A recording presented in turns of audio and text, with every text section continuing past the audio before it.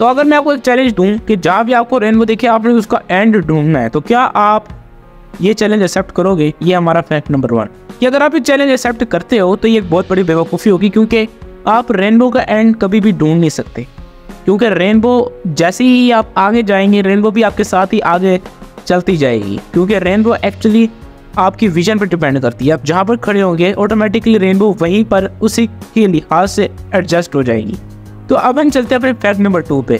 जो रेनबो होती है वो एक्चुअली फुल सर्कल बनती है, लेकिन फिर भी हम हाफ देख सकते हैं, क्योंकि जो हाफ है वो ग्राउंड में बनती है, ग्राउंड के अंडर बनती है, तो हम उसको नहीं देख सकते। लेकिन अगर आपने फुल रेनबो देखनी है तो आप इसको स्काई में जाके देख सकते हो, क्योंकि एक ऐसी पोजीशन आपकी आइज़ को मिलती है कि आपको एक फुल सर्कुलर रेनबो दिखेगी।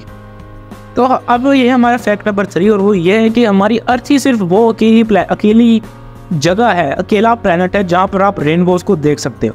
अब देखिए रेनबो के लिए ना तो आपको ऑक्सीजन चाहिए ना कोई और हार्श सर्कमस्टांसेस चाहिए, लेकिन फिर भी आप किसी भी और प्लेनेट पे आपको रेनबो नहीं दिखेगी। उसकी रीज़न ये है कि उस प्लेनेट पे रेगुलर साइकिल्स ऑफ प्रेसिपिटेशन होनी चाहिए, यानी कि जो वाटर है वो एक सही साइकिल में वेपर में कन्वर्ट होना चाहिए और उसकी एक सही साइकिल होनी चाहिए। और ये तभी हो सकता है कि जब उसके ऊपर जो टेम्परेचर है वो स्टेबल रेंज में हो।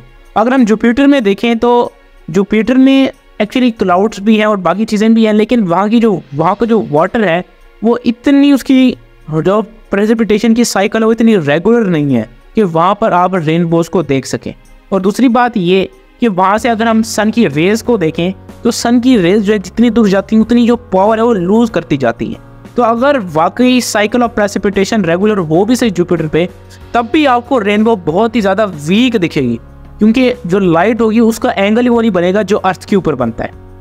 अब रेनबोज एक्चुअली कुछ ही मिनट्स तक लास्ट करती हैं, लेकिन एक ऐसी रेनबो भी थी जो कि ऑलमोस्ट 9 आवर्स तक देखी जा सकती थी, और ये बड़ी एक अजीब सी चीज़ थी। और ये कहाँ हुई थी, चलिए मैं आपको बताता हूँ।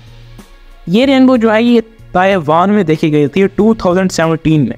जहाँ पर ये रेनबो हुई थी वहाँ की जो स्टूडेंट्स थे उन्होंने इस बात को बताया था कि उन्होंने एक रेनबो को 8 आवर्स तक ऑब्जर्व किया, और ये एक बहुत ही ज़्यादा रेयर चीज़ है। और ये तब भी हो सकता है जबकि जो मतलब ये कि सर्कमस्टांसेस हो रेनबो के लिए वो कांस्टेंट रहा एक लंबे पीरियड तक, जबकि ऐसा नहीं होता और कुछ ही मिनट्स तक जो है वो रेनबो रहती है, उसके बाद वो गायब हो जाती है। चलिए सबसे आखिरी फैक्ट पे अपने चलते हैं, और वो ये है कि आप कोई भी 2 लोग एक जैसी रेनबो नहीं देख सकते आप, क्योंकि मैं आपको पहले ही बताया था कि आप जहाँ पर भी खड़े होंगे आपको रेनबो जो है उसी पोजीशन के अकॉर्डिंग ही दिखेगी। तो अगर आप अपने दोस्त को कहेंगे कि देखो वो रेनबो तुम्हें दिख रही है, तो उसको वो उस जगह रेनबो दिखेगी भी नहीं, हो सकता है उसको कहीं और दिखे या कहीं भी ना दिखे। तो दोस्तों आज आप वीडियो को यही ख़त्म करते हैं।